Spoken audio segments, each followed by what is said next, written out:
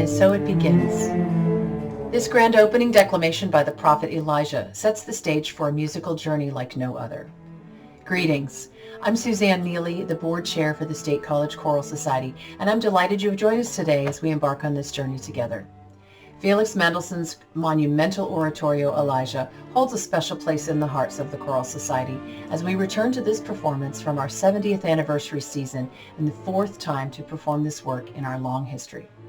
With the combined forces of our friends from the State College area high school master singers and their director Erik, Clayton, the Pennsylvania Chamber Orchestra, and our incredible soloists Choi Stuart, Amanda Silliker, Benjamin Warschawski, and Timothy LeFebvre as Elijah, our performance on April 28, 2019 was a high watermark for our beloved organization. If you were there as a performer or observer in Penn State's Eisenhower Auditorium, we hope these selected moments bring back fond memories. And if you are new to the experience of this masterpiece, we hope you are moved by the musical emotion and artistry so masterfully marshaled by our maestro, Russ Shelley. Now the prophet has spoken, and the people tremble in fear and uncertainty.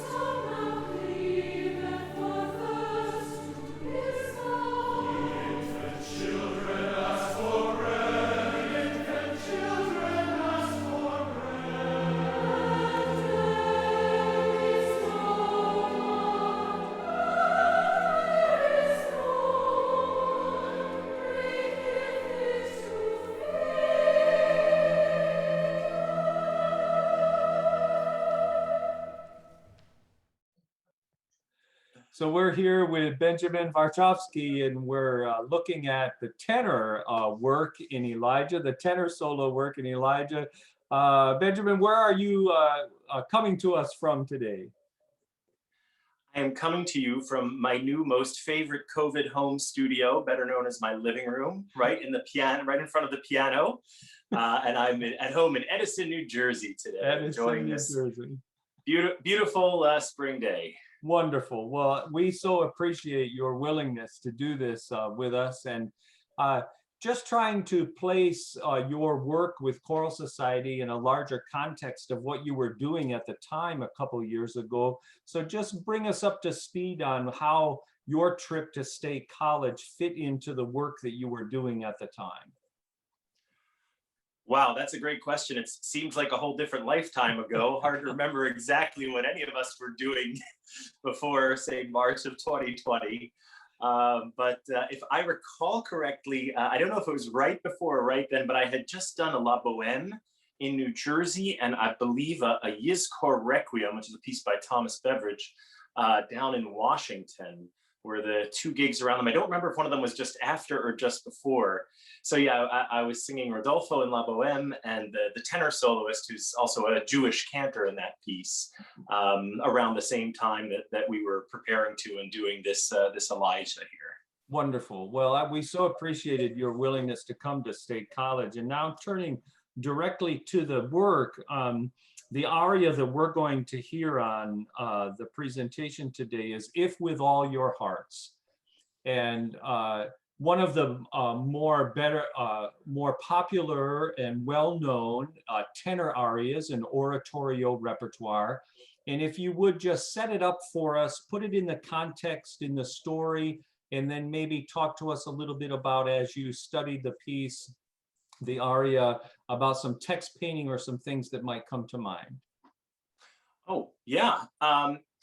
Well, thanks so much for the opportunity. And as you said, for everybody at State College, I'm just always so happy to be there with you guys. And it's a pleasure to be with you for anything, even in this virtual way. So really happy to be a part of this reprise of this performance. The aria that Russ is alluding to is If With All Your Hearts Ye Truly Seek Me, or Seek Him. It's text from later Old Testament and New Testament mixed together. It's a beautiful setting of the text. First, for the historical reference is that, at this point, as Ahab marries Jezebel, the king marries Jezebel, they change the religion to the religion of Baal, who is a general term for master religion. There are plenty of Baals in the Old and New Testament. My character at this point is Obadiah, who is in the service of Ahab, but is still faithful to the old religion of the Jews, essentially. And he has this moment where I see this aria as being a moment of prophesying to the prophet. It's like, the prophet in the Bible often goes through a struggle and has their own moments of doubt. And I think Mendelssohn did a really beautiful job of setting this up right in the beginning to show that this famine had been raging in the land. And Elijah, his prophecy is a part of that. And while he is powerful, he also needs help. And so I feel like this is the moment where Obadiah, as a confidant of Elijah's, and sort of being on the other side, being a vizier to Ahab, to the king, has a chance to remind Elijah of what is really important, and that is the God of the Hebrews, the old God. And he does in a really neat kind of ecumenical and I think sort of humanistic way, reminds us of the greater lesson that if with all your hearts ye truly seek me. In this case, he's talking about God, but whatever it is good that you're trying to bring into the world, I think he's sort of telling that to Elijah. The prophecies that you're trying to bring for good and to bring people back to the world are deep within you, and that you can take this moment and put your heart into whatever it is you do, whether it's the service of God or something good for your life, or in Elijah's case, his travels and the difficulties he was going to go through and his subsequent prophecies. So that's sort of how I see the aria. It's almost a narrator role Obadiah has in that respect at this moment, but he's very confidant-esque with Elijah. As far as the music itself is concerned, I haven't looked at it in a while, so I actually brought my handy dandy Elijah score along to our little interview, so that so that I would be all set with the music in front of me. The aria starts with a recitative of "Ye people, rend ye hearts, and not your garments," of course, giving that biblical concept that what's internal is more important than what's external. You know, take care of your inner life before the external life. Let's keep focusing on that, and that will bring God to us. And in the aria, it's really a beautiful plaintive call where Obadiah says, "If with all your hearts ye truly seek me, ye shall ever find me. Thus saith our God." Basically, in this moment, reminding Elijah and reminding us all that if you're truly dedicated to something, you can trust that God will always be good and always come to you. So go ahead, move forward, Elijah, in your through the narrative of your life and the narrative of Mendelssohn. And if you, with all your heart, please find me. The second section of it, the B section, gets a little more contemplative and really introspective, where he says, "Oh, that I knew where I might find him, that I might even come before his presence," is sort of Obadiah speaking in general for himself and for anybody else. And I think that takes it from the more open to everybody message of "if with all ye hearts ye truly seek me," to the more personal of, "Oh my gosh, what would happen? Oh, if I found him, how would I feel? What would I ask for? Who am I?" And I think that's the introspection that Obadiah is giving Elijah in my deeply psychological reading of this particular aria. But it's wonderful. I mean, the familiarity with the context and the character and all that just helps us as we listen to it. And I appreciate you being willing to share that, share so much of that and so much detail of that with us. It's been great to see you again, and we're going to get back to the music. So we wish you well and hope to see you in State College again sometime.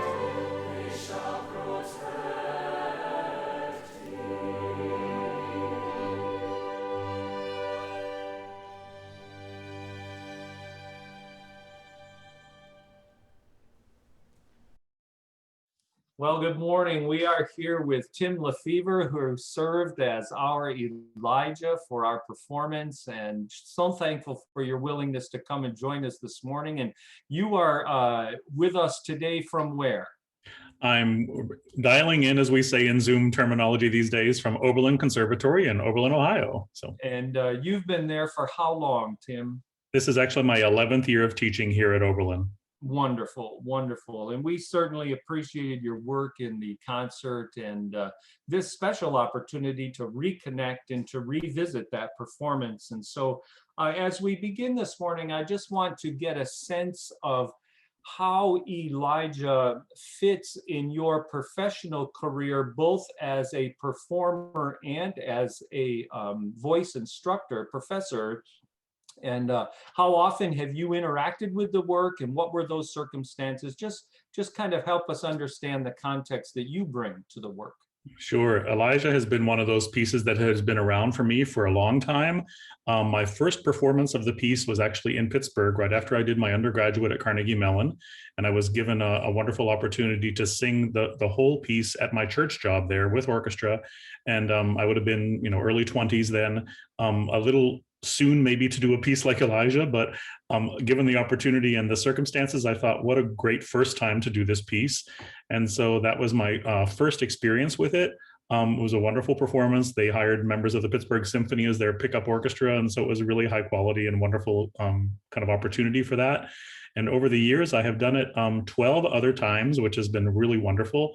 It's one of my favorite pieces to keep visiting over the years. And it's often, for me in concert works, which I do a lot of lately, it's one of those pieces that I compare to singing Verdi as a baritone. As you mature as a baritone, you sing Verdi better. And for me, as I've matured as a singer, I believe I bring just much more depth and much more control to the role of Elijah, because it's really one of those wonderful pieces that, in my opinion, takes a more mature singer, someone who's lived life a bit, who has some life experiences to draw upon. And so I don't discount that early performance when I was in my 20s, but certainly I was very young and a baby actually to do this role. And when you're young, as you know, you just don't think about those things. Of course I can sing this. This is fine. It'll be no problem. But then when you visit the piece again, you realize how naive we were when we were younger just to do something like that early on. But I have enjoyed so much revisiting this piece over the years. And I usually sing it every couple of years. And it's one of the pieces that I so much enjoy coming back to, because it is so fulfilling artistically, musically, and it just continues to feel better and better to me every time I sing it. So it's one of those pieces that I will hopefully I never have to put away, because I enjoy singing it so very much. Well, that's great. We were definitely the beneficiaries of that maturation, because when you arrived in State College, and even in our piano only rehearsal, it was obvious right away that that maturation had taken place in a purposed way, that you had thought about the role deeply. And then in the performance, what you brought to Eisenhower certainly reflected that. So I'm glad it's one of your favorites, and I'm glad that you have engaged with it so many times. Specifically, what we're going to hear today in the recording is the Baal scene, which is kind of a pillar in the piece. And so I just want to give you an opportunity to set that up for us and to provide your perspective on your role in that scene as this dialogue and this great contest takes place. So take us there. Sure, absolutely. This is one of my favorite parts in the oratorio, because when I often talk about the piece, even though Elijah is the title role, the major role of this oratorio, I often defer to the chorus as being the major role in this oratorio. And I almost say opera, because it really, to me, is like an opera, because there is such a great feeling of drama in this piece. Mendelssohn is a master of setting up the wonderful story and the powerful message of Elijah the prophet. And in this scene, it's so clear that there's a great connection between Elijah and the chorus. And what I love about setting it up is that harmonically, you have a definite trajectory in that every time Elijah is speaking, we're up and then we're up again, and then we're up again. And so the intensity keeps rising, the chorus keeps rising in their energy, in the length of their responses to Elijah. So he first kind of dares them to say, call upon your prophets, see what they can do. Can they match God? Can your prophets, can your people do what my God can do? And I dare them to do this. And so we were talking beforehand, but in the performances, I love to do this in a more dramatic way. And I actually turn around and face the chorus when they're singing, because I want that dialogue to be very active and very, very almost threatening, to say, bring it on, chorus, show me what you can do. And I remember one of the first times I did that in a performance, some of the chorus members came to me in the break and said, I was not ready for you to turn around to us. That was really surprising that you would look at us. And it was scary. And I was like, well, good, because, I'm daring you to see, what can you bring? Bring it on. Let me see what you're able to provide here. And so it obviously doesn't work at the end, but I think just setting up that dialogue, which Mendelssohn was a master at throughout the whole piece, but especially in these interjections, because you have this small bit of dialogue of a recitative, the chorus responds, another bit of dialogue and recitative, the chorus responds again, longer, another bit of recitative, the chorus then sings that long, wonderful chorus, and it still doesn't work. For me, the power of that interplay as well is the silence. So at the very end, hear an answer. And I love to let that live in the space a bit. Nothing happens, right? And they say it again, hear an answer. I love to wait again. That silence is so powerful, because you can't come forward. You can't match the power of God, right? And so that to me is the wonderful power of this interaction, because there's lyric moments, there's wonderful power, but it's that daring of the chorus to bring forth a response. And of course, we know the response does not come, and the fire comes from God himself, right? So, I mean, it's just a wonderful dialogue and one wonderful drama. I just enjoy this scene so much. Well, I appreciate that description and the passion you bring to the description, because it certainly is a great scene. Well, listen, I've appreciated your time here this morning, and we need to get to the music. And with this setup, it will be much more meaningful to us.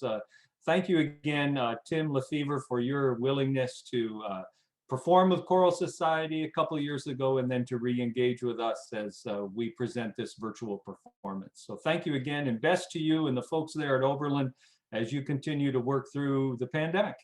Thank you very much. My great pleasure to be with you.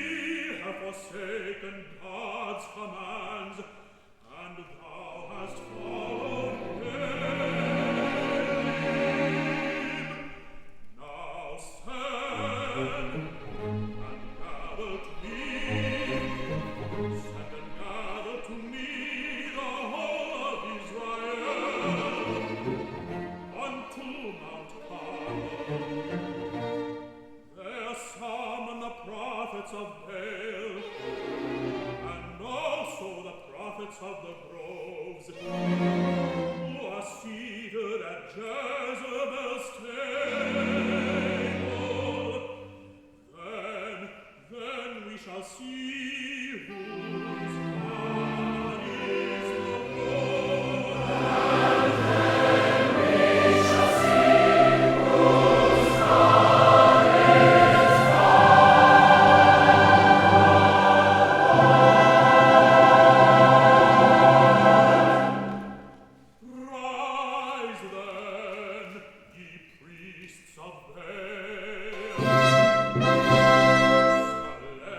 Slay a bullock and put no fire under it.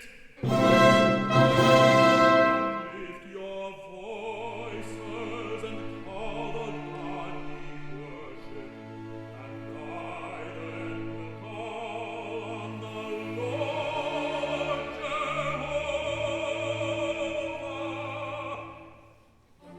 And the God by fire shall answer, let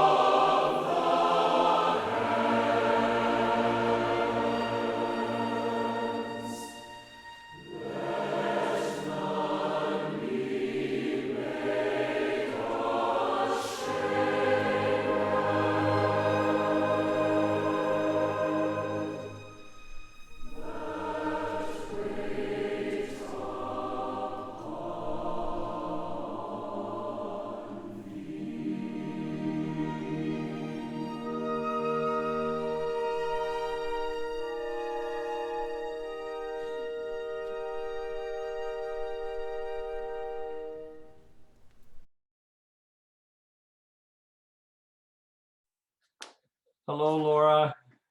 Hello. It's so good to be with Laura Choi Stuart here as we look at the start of the second half. But before we get into that, if you could just help us understand how your visit to State College fit into the greater context of your professional life at that time, and what you had recently done and heading toward, and then also maybe a little conversation about your experience with Elijah up to that point. Absolutely. When I visited State College from my home here in DC, I'm coming to you today from Silver Spring, Maryland, just outside the city, and this is where I live. At that time here in DC, I was really working on a huge amount of oratorio. So my day job is teaching at the Washington National Cathedral, and I tend to do a lot of concertizing there as well. So every year at Christmas time, we have a large number of messiahs, and that is sort of the bulk of the winter work, in addition to all of the other Christmas concerts. And then shortly after Elijah was finished, I went into a really long round of, again, more sacred oratorio work. So at that time, there was more Handel, some Bach. And so it was really lovely to have a moment with Elijah to kind of break into some slightly more romantic, more full repertoire. Of course, I really love all of those Baroque works, but this piece, especially in the oratorio repertory, is just a little bit different. It has such a strong narrative plot, as opposed to most of the oratorio work I do, which is really quite abstract. And so it was really fun to get to bring a little bit of sort of an operatic feeling because of the strong characterization and the strong dramatic through line.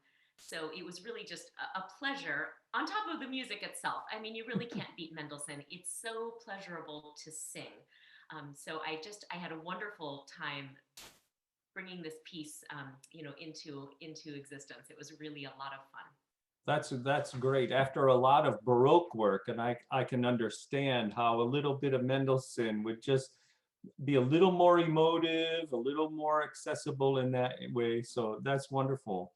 As we turn our attention to the aria, Hear Ye Israel, just help us focus on what we're about to hear and how it fits in the storyline and in the work.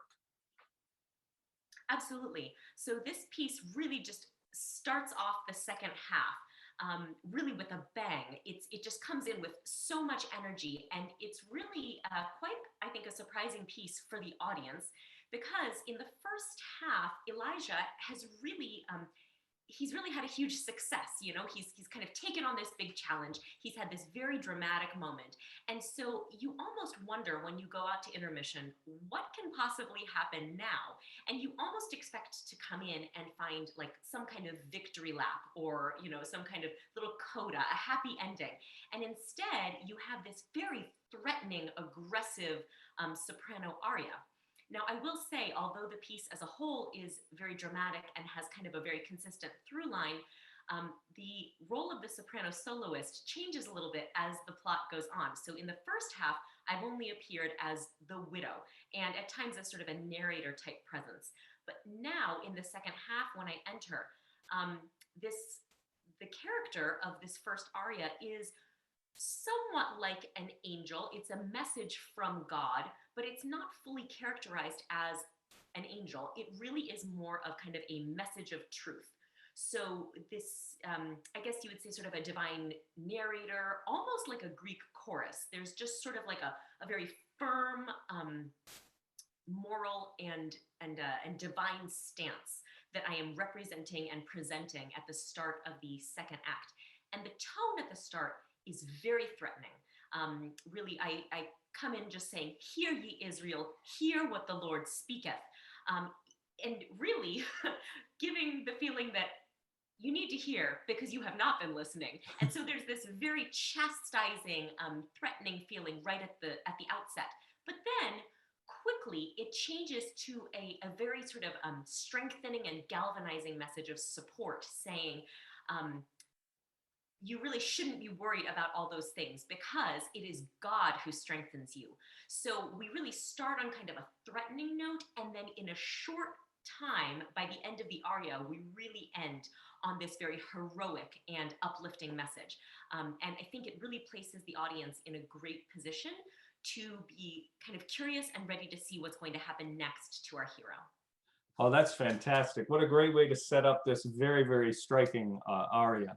So thank you so much for your willingness to help us out with the presentation. And it was a joy to work with you when you came to State College. And we look forward to maybe opportunities to do it again sometime. So thank you so much. Wonderful. Thank you so much.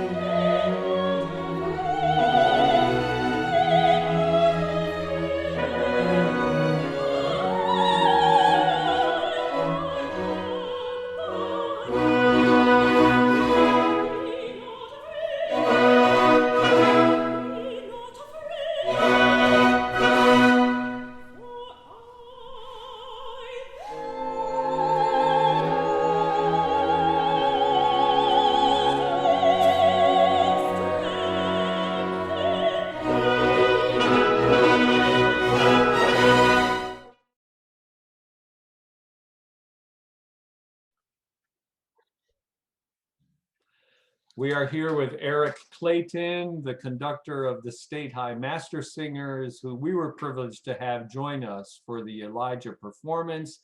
And so welcome, Erik. If you could just set us up a little bit and give us some background on what was your experience with the work before we engaged together on this project? And then after that, maybe a little bit about, tell us a little bit about how the students responded to the project and their experience with the project, if you would, please. Well, Elijah is such a standard work in the choral canon that I've really experienced it from undergrad on, whether it was in the conducting classes, dealing with recitatives and arias and choruses and kind of the going between those, or in choral lit, just knowing about the great oratorios that Mendelssohn composed. But I really began to fall in love with it even more early in my teaching career. I just listened to it a lot. I really loved everything about the choral pieces in it. And I had the opportunity to do a conducting workshop, studying it with Bill Weinert at Eastman School of Music. And so it had always been swirling around. And so when Choral Society approached us about doing it, I was more than enthusiastic, having had so much experience around it, but never getting the chance to prepare a choir for it. And in terms of the students' experience, I think once they realized how dramatic it is, it really is kind of an opera without the staging. All of the incredible drama of the conflict between Elijah and the worshipers of Baal, and all the hardships that he goes through, and the way Mendelssohn's music just brings that to life. They really started to fall in love with it. It was a lot of music. So it took a little bit of, we're going to be learning this, here it comes. But they really did just buy into it. And I know that the performance itself was very memorable for them and moving. Well, that's great. That's wonderful. So now as we work our way back into the music, the chorus that you're setting up now is Lift Thine Eyes. So if you would just help us place that in the context of the overall story, and then maybe talk a little bit about the chorus and text painting or some things that might come up in that area. Well, this particular chorus is like several others that Mendelssohn used throughout the work, to be a moment in which essentially the angels or God are kind of turning, a moment in which the angels or God are kind of turning the chin of Elijah to lift his spirits a little bit. This occurs right after the most despondent, heart-wrenching aria that Elijah sings, in which he essentially says, "Just let me die." And at that moment then, in an exquisite way, Mendelssohn has this a cappella chorus sing, "Lift thine eyes to the mountain." And it's in a more homophonic texture overall, although there are polyphonic moments, some responses and carrying of different themes throughout. But just the beauty of it, and the fact that it's scored only for sopranos and altos, gives it such a celestial quality that it really is sort of like sunlight on the mountain and erases all of Elijah's despondency. That's wonderful. That sets it up in a great way. Well, thank you so much for participating in the project, and we're just so happy to be able to do these interviews with the folks who were involved, to share it once again with the community. So thank you, Erik. Our pleasure. Thank you. All right, take care.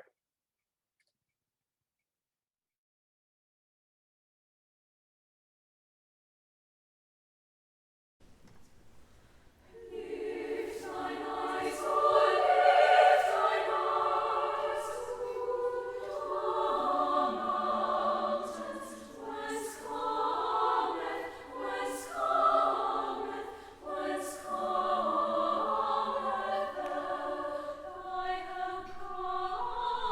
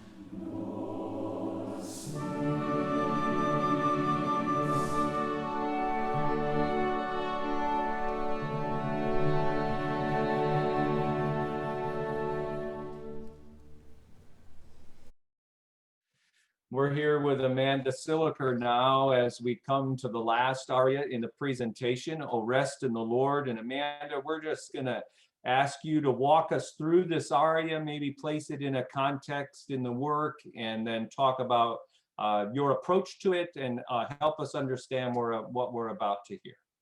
Sure. Well, oh, Rest in the Lord. It's, number 30, and I'm sorry, 31, I guess. And he, Elijah has been really worked into a dither, and he's actually been pretty suicidal. He tried to get the people to turn away from the false god, and they did not. And he says, I'm no better than my fathers, and just let me die. And then the choir, of course, tries to, he watching over Israel just before, tries to calm him down a little bit and says, you're being watched, even though he's asleep. Then in number 30, I get to wake him up and say, okay, now's the time, it's time to go. And he says, no, just let me die. So it's more of this, just let me languish and go. And then I move in still as the angel and say, oh, rest, and try to give him peace and to really let him settle in and just try to settle the whole piece down, kind of. It's been kind of, moving forward. The choir starts that slow down process. And then at this point, I just go, boom, as the soloist, as the angel. I have done this piece several times in concert and in competition.